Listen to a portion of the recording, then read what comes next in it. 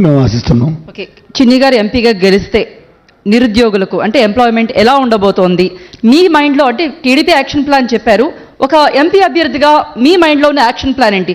విజయవాడ నగర ప్రజలకి, యువతకు కానీ మహిళలకు కానీ, లేకపోతే మొత్తం అభివృద్ధి కోసం ఏం చేస్తారు?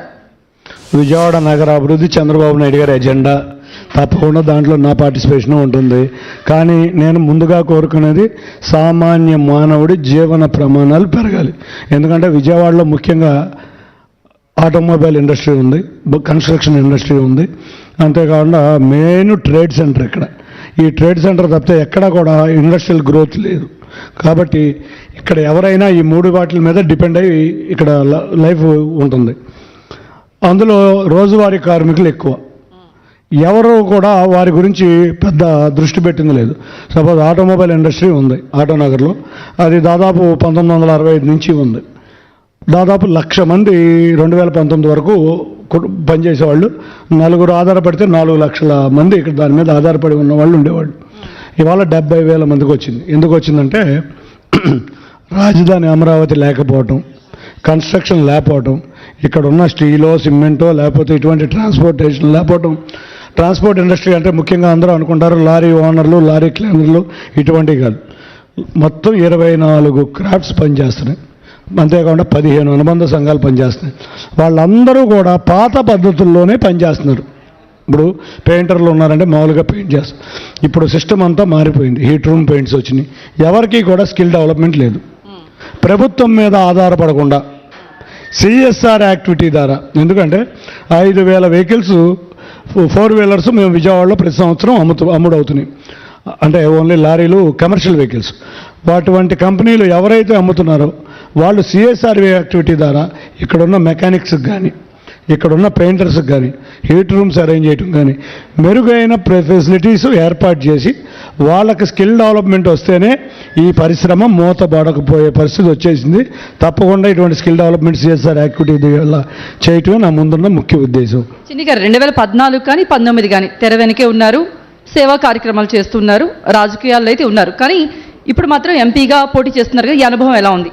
ఈ తేడా ప్రజల్ని చూస్తున్నానమ్మా. ముఖ్యంగా ప్రజలు మన బాడీ లాంగ్వేజ్ చూస్తున్నారు. మనం ఎట్లా ఉంటున్నాం, అసలు మన పద్ధతులు ఎట్లా ఉంటున్నాయి, కొత్త అతను వచ్చాడు ఎట్లా ఉన్నాయని. పక్క రాష్ట్రాల్లో కూడా చూస్తే మనం బాడీ లాంగ్వేజ్ ద్వారా ప్రభుత్వాలు కూలిపోయిన పరిస్థితి వచ్చింది. అదేవిధంగా ఎంపీ ఇద్దరు అభ్యర్థుల విషయంలో బాడీ లాంగ్వేజ్ ముఖ్యంగా చూస్తున్నారు.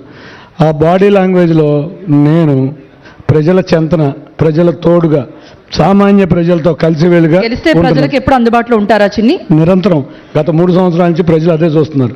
కాబట్టి నన్ను కోరుకుంటున్నారు.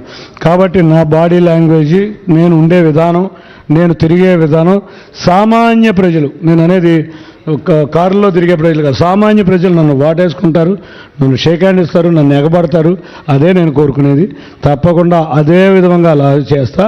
ఇవాళ నేను నాలో ఉన్న ఎంత ఎదిగినా అంత ఒదిగి ఉండాలనే తత్వాన్ని నేను గుర్తించుకుంటా ప్రజల చెంతన ఉంటున్నాను. నాకు చాలా ఆనందంగా ఉంది ఈ విధంగా రావడంగా కూడా. ప్రజలు కూడా నన్ను ఆత్మీయంగా చూస్తున్నారు. కాబట్టి విజయవాడ పార్లమెంట్ ప్రజలందరూ నా కుటుంబ సభ్యులాగా నేను ఫీల్ అవుతున్నాను. కాబట్టి నాకు వాళ్ళు చాలా ఈ ప్రజలతో ఉండటం చాలా ఆనందంగా అనిపిస్తుంది. చిన్ని గారు, గుడివాడ, గన్నవరం టీడీపీ టార్గెట్, అక్కడ ఎలాగైనా గెలుపొందాలి. మరి మీ సహకారం ఎలా ఉండబోతుందండి గుడివాడలో? మెయిన్ మీ ఫ్రెండే కాబట్టి. గన్నవరం తెలుగుదేశం నియోజకవర్గం. పోయినసారి 2019లో కూడా తెలుగుదేశం అభ్యర్థిగా గెలిచారు. అది ఎట్లాగో తెలుగుదేశం గెలుస్తుంది భారీ మెజార్టీతో.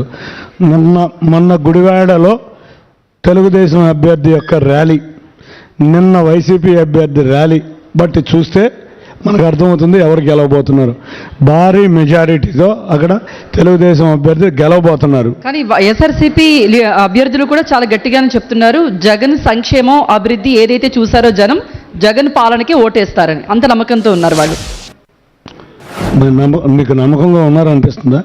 వాళ్ళు భయంతో ఉన్నారని నేను అనుకుంటున్నా. ఎందుకంటే మీరు చూస్తే ఎంతోమంది ఎమ్మెల్యేలు, కొంచెం మంచి వ్యక్తులు, ఎమ్మెల్యేలు, ఎంపీలు ఖాళీ చేశారు పార్టీని.